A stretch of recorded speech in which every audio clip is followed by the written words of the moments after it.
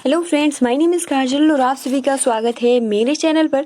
और आज की इस वीडियो में हम डिस्कस करने वाले हैं यूपीडीएलएड सेकंड सेमेस्टर सब्जेक्ट इंग्लिश। ठीक है, आपका लास्ट पेपर होता है। और जैसे कि आप सभी को हम बता दें कि इंग्लिश की ये थर्ड क्लास है। ठीक है, जैसे कि हमने कल डिस्कस किया था मेथड अप्रोच क्या होता है, इसका डिफिनेशन क्या होता है। और आज के इस वीडियो में सबसे महत्वपूर्ण जो आज का हमारा टॉपिक है ग्रामर ट्रांसलेशन मेथड, जिसको हम हिंदी में कहते हैं व्याकरण अनुवाद विधि। ठीक है, तो फ्रेंड्स आज के इस वीडियो में हम बहुत ही अच्छे से इस पे डिस्कस करेंगे और आपको बहुत ही आसानी के साथ समझ में आ जाने वाला है। ठीक है, तो चलिए फ्रेंड्स शुरू करते हैं। वीडियो को लाइक कर दीजिए और अपने फ्रेंड्स मित्रों को शेयर कर दीजिए। तो सबसे पहले तो मैं आप सभी को बता दूं कि जो ग्रामर ट्रांसलेशन मेथड है ये है क्या, पूरा एक बार शॉर्ट में आप सभी को बता दूं। सबसे पहले तो मैं आप सभी को बताऊं जो ग्रामर ट्रांसलेशन मेथड है ये ज़्यादा जो यूज़फुल होता है वो कहाँ, तो प्राइमरी स्टेज यानी प्राथमिक स्कूलों में सबसे ज़्यादा ये महत्वपूर्ण होता है। और जैसे कि मतलब मैं आप सभी को बता दूं कि आपने भी अगर इंग्लिश पढ़ा होगा तो ग्रामर ट्रांसलेशन मेथड से ही पढ़ा होगा। ठीक है, क्योंकि जो आपका ग्रामर ट्रांसलेशन मेथड होता है इसमें सबसे ज़्यादा जो, अगर हम इसकी मेरिट्स की बात करें तो सबसे ज़्यादा किस पे ध्यान दिया जाता है कि जो आपका जो भी सेंटेंस हो वो बहुत ही एक्यूरेसी, ठीक है, और करेक्ट होनी चाहिए। और उसके बाद अगर हम कहें तो उसमें कि आपका जो ओवर क्राउडेड क्लासेस यानी आप बहुत ज़्यादा अगर शोर या ज़्यादा भीड़ भाड़ वाला क्लास है उसमें भी आप बहुत ही आसानी के साथ इस मेथड के थ्रू पढ़ा सकते हैं। ठीक है, अब चलिए फ्रेंड्स हम देख लेते हैं। और इसमें सबसे पहला जो फोकस किया जाता है वो किस पे फोकस किया जाता है, तो फोकस किया जाता है, जैसे कि मैं आप सभी को बता दूं कि इस पे रीडिंग और राइटिंग पे सबसे ज़्यादा फोकस किया जाता है। ठीक है, और इसकी जो कमी होती है, क्योंकि आप सभी को पता है कि 4 आपके स्किल्स होते हैं जैसे रीडिंग, राइटिंग, स्पीकिंग, लिसनिंग। ठीक है, तो इसमें जो होता है आपका स्पीकिंग और लिसनिंग को बिल्कुल नेग्लेक्टेड कर दिया जाता है, नज़रअंदाज कर दिया जाता है, उस पर मतलब बिल्कुल ही फोकस नहीं किया जाता है। और इसीलिए जब जैसे कि हमारा यूपी बोर्ड है और हम शुरू से ही पढ़ते हैं और हमें ग्रामर ट्रांसलेशन मेथड विधि से ही पढ़ाया जाता है और हर एक लैंग्वेज को हम या हर एक सेंटेंस को, अगर हिंदी कोई वाक्य होता है तो हम उसको एकदम मतलब एकदम एक्यूरेसी के साथ ग्रामर ट्रांसलेशन मेथड की तरह एकदम बिल्कुल सही तरीके से वर्ड बाय वर्ड उसका ट्रांसलेशन करते हैं। उसके बाद बहुत ही झिझक के बाद बोलते हैं। तो क्या होता है कि ज़्यादा इसमें जो फोकस किया जाता है वो रीडिंग और राइटिंग पे फोकस किया जाता है और जो आपका लिसनिंग होता है, स्पीकिंग होता है, इसको नेग्लेक्ट कर दिया जाता है। ठीक है, और एक और महत्वपूर्ण बात जो इसमें जो फोकस किया जाता है, जो ग्रामर ट्रांसलेशन मेथड का विधि है वो विधि है नोन टू अननोन यानी ज्ञात से अज्ञात की ओर। यानी इसमें सबसे पहले तो जो आप सभी को पता है वो बातें बताई जाती है, उसके बाद अननोन की तरफ बढ़ा जाता है। ठीक है, और सबसे ज़्यादा जो फोकस किया जाता है वो ग्रामर पे फोकस किया जाता है। और इसमें सबसे महत्वपूर्ण बात ये कि आप किसी भी सेंटेंस को आप मदर टंग में पढ़ा सकते हो। यानी जैसे कि हम अभी जस्ट हमने बोला ना ग्रामर ट्रांसलेशन मेथड, तो हम इसको बोलते तो इंग्लिश में, बट जो इसमें हम कह सकते हैं कि जब हम ग्रामर ट्रांसलेशन मेथड पढ़ाते हैं तो इसमें भरपूर मातृभाषा का प्रयोग करते हैं। ठीक है, तो ये तो पूरा रहा कि ये जो ग्रामर ट्रांसलेशन मेथड है वो है क्या। अब चलिए हम पॉइंट टू पॉइंट जानते हैं। सबसे पहले आप पॉइंट देख सकते हो, useful at the primary stage. सबसे महत्वपूर्ण ये लाइन है। ठीक है, आप इसको बहुत ही अच्छे से अपनी कॉपी में लिख लीजिएगा।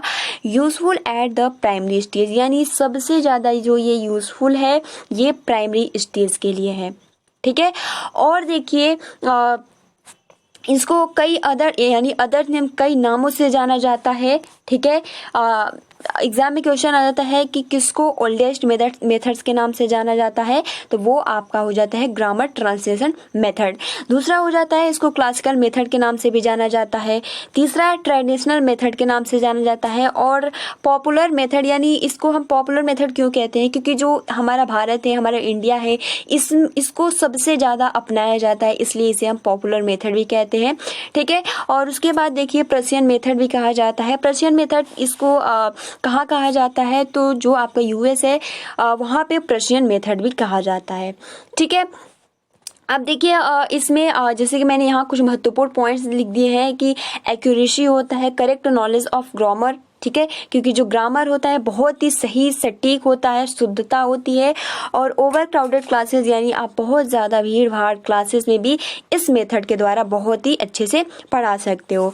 अब देखिए जो नेक्स्ट पॉइंट कह रहा है कि वेरी इंपॉर्टेंट मेथड, यानी जो इसमें जो मेथड अपनाया जाता है, जो तरीका अपनाया जाता है वो नोन टू अननोन होता है, यानी ज्ञात से अज्ञात की ओर। और देखिए सबसे महत्वपूर्ण जो इसमें टीचिंग यूनिट यानी वर्ड क्यों, क्योंकि जैसे कि आप सभी को हम बता दें कि जो आपका हमने इसके प्रीवियस वाले वीडियोस में, जैसे कि हमने शुरू में जब क्लास लिया था, तो जो आपका डायरेक्ट मेथड होता है उसमें सेंटेंस को सबसे ज़्यादा उसको फोकस माना जाता है, बट इसमें वर्ड टीचिंग यूनिट पे सबसे ज़्यादा वर्ड। अभी देखिए जैसे कि एग्जांपल के लिए teacher reads every sentence and translate every sentence into mother tongue through word by word, यानी जो एक टीचर होता है वो जितनी भी सेंटेंस पढ़ता है, प्रत्येक सेंटेंस यानी प्रत्येक वाक्य को पढ़ता है और प्रत्येक सेंटेंस यानी प्रत्येक वाक्य को वो मदर टंग में वर्ड बाय वर्ड ट्रांसलेट करता है। जी हाँ फ्रेंड, जैसे कि अभी मैं आप पढ़ रही हूँ, ठीक है, तो teacher reads every sentence and translate every sentence into mother tongue through word by word.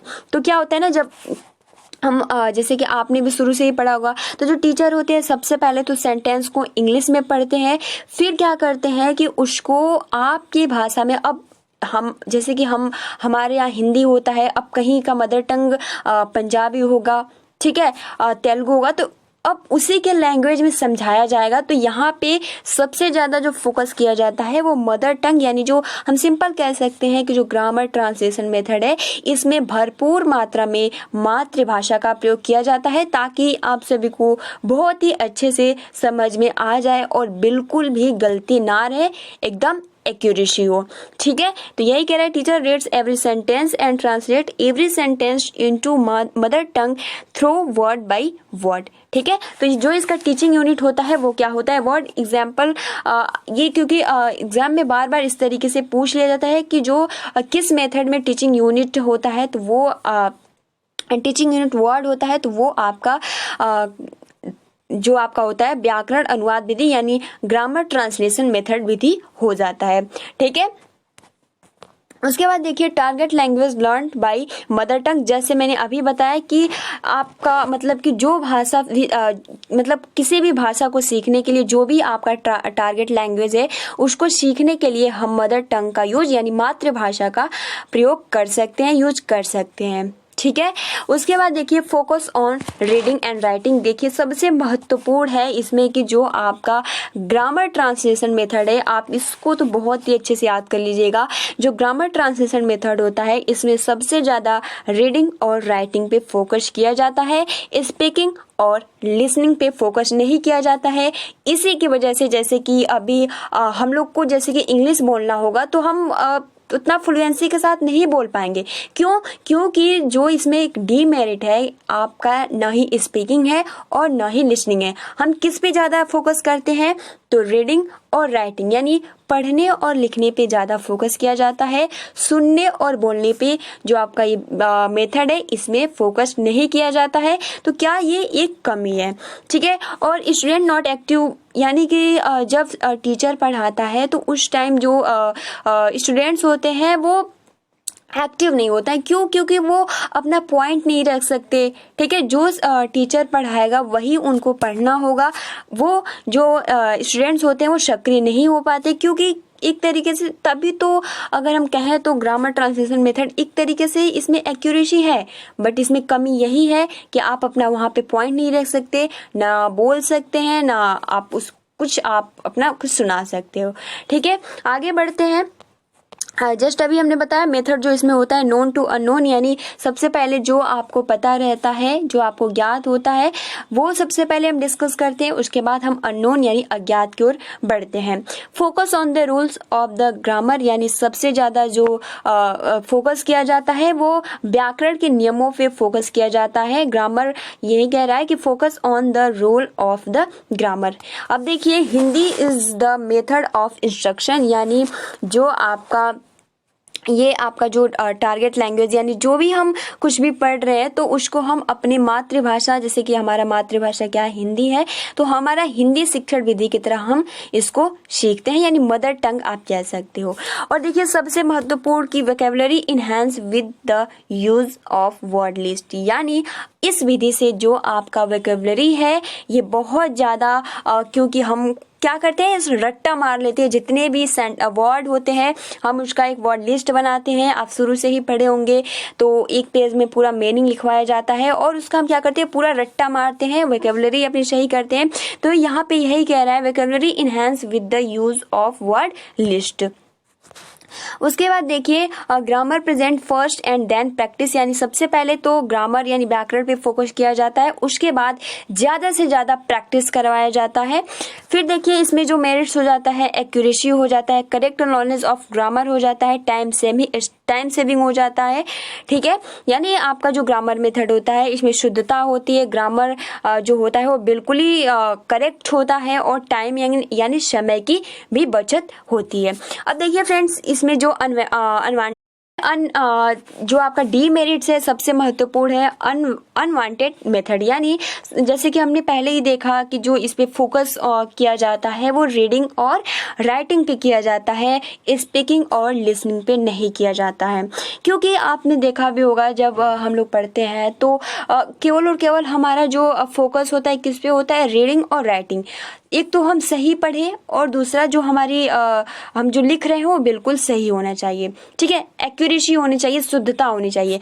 But जो इसमें कमी है स्पीकिंग और लिसनिंग पे बिल्कुल ही मतलब नेग्लेक्ट कर दिया जाता है, नज़रअंदाज कर दिया जाता है। सेकंड, अगर हम बात करें स्पीच नेग्लेक्टेड, यानी स्पीच को नज़रअंदाज कर दिया जाता है, क्योंकि आप सभी को पता है कि जो ग्रामर ट्रांसलेशन मेथड है इसमें जो फोकस किया जाता है वर्ड बाय वर्ड, यानी जो इसका टीचिंग यूनिट होता है वो वर्ड बाय वर्ड हर एक वर्ड के बारे में मदर टंग से रिलेट, यानी पहले इंग्लिश पढ़ा जाता है उसके बाद मातृभाषा में बताया जाता है। और देखिए मात्र बन के क्या रह जाते हैं, ओनली बुकिश इंग्लिश यूज्ड, यानी केवल और केवल किताबी हम भाषा सीख सकते हैं इससे, क्योंकि हम अपने लाइफ में किस तरीके से इसका यूज करें हम ये नहीं समझ पाते। अगर हम इसको बहुत ही अच्छे से पढ़े होते तो जैसे हम हिंदी बोलते हैं वैसे ही हम क्या बोलते, इंग्लिश भी बोलते। ठीक है, तो केवल आप मतलब किताबी भाषा बन के रह जाता है, हम अपने लाइफ में इसको यूज नहीं कर पाए हैं। ठीक है, तो फ्रेंड्स आई होप कि आपको बहुत ही अच्छे से क्लियर हो गया होगा। और देखिए मैंने पॉइंट टू पॉइंट लिख कर लाया ताकि आपको कोई प्रॉब्लम ना हो। अगर मैं चाहती तो पूरा लाइन से एकदम विस्तार से, क्योंकि देखिए अगर इस तरीके से रहेगा तो आप आसानी से, अगर ऐसे भी आप लिख देते हो तो नंबर नहीं कटेगा। ठीक है, तो आई होप कि आपको बहुत ही आसानी से समझ में आ गया होगा कि ग्रामर ट्रांसलेशन मेथड क्या होता है। तो सबसे पहला जो इसमें महत्वपूर्ण पॉइंट्स है कि इसे ओल्डेस्ट मेथड के नाम से, यानी ओल्डेस्ट मेथड भी कहते हैं, क्लासिकल मेथड भी कहते हैं, ट्रेडिशनल मेथड भी कहते हैं, पॉपुलर मेथड भी कहते हैं, क्योंकि इंडिया में सबसे ज़्यादा जो पॉपुलर है वो क्या है, ग्रामर ट्रांसलेशन मेथड है। और इसे पर्शियन मेथड भी कहते हैं। ठीक है, ये जो यूएस में बोला जाता है। और सबसे महत्वपूर्ण कि इसकी जो विधि होती है, तरीका होता है, वो नोन टू अननोन होता है। ठीक है, और ये सबसे ज़्यादा यूजफुल कहाँ होता है, तो प्राइमरी स्टेज में सबसे ज़्यादा हेल्पफुल। ठीक है, और कुछ महत्वपूर्ण पॉइंट्स जो कि अभी हमने डिस्कस किया। तो फ्रेंड्स आई होप कि आपको बहुत ही आसानी से क्लियर हो गया होगा। अभी मैं आप सभी को पीडीएफ जो है टेलीग्राम पे शेयर कर देती हूँ। ठीक है, तो फ्रेंड्स आज के लिए इतना ही। वीडियो को लाइक कर दीजिए और अपने फ्रेंड्स मित्रों को शेयर कर दीजिए। Thanks for watching, take care and best of luck.